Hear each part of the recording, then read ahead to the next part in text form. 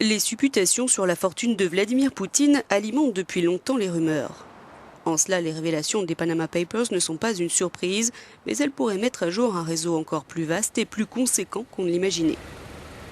Le nom du président russe n'apparaît pas dans les documents qui ont fuité, mais ceux d'amis très proches, si. Des amis qui datent de l'époque Saint-Pétersbourg, où Poutine est né, a grandi et où il a fait ses débuts en politique. C'est ici, dans cette ville, qu'en 1977, il rencontre notamment celui qui deviendra un violoncelliste de renommée mondiale, Sergueï Roldugin. Celui-ci lui présentera sa première femme, Ludmila, et deviendra le parrain de sa fille.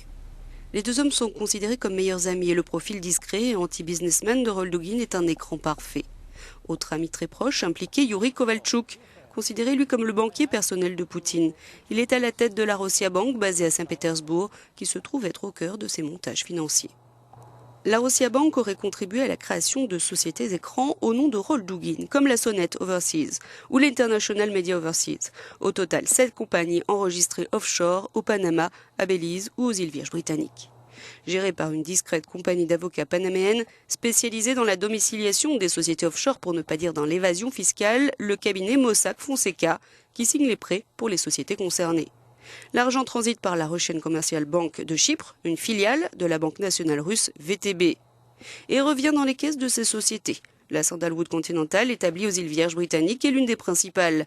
De 2009 à 2012, elle a reçu plus d'1 milliard de dollars en prêts. En 2011, de gros prêts pour plus de 10 millions d'euros auraient d'ailleurs été accordés principalement via la Sandalwood à la station de ski Gora près de Saint-Pétersbourg.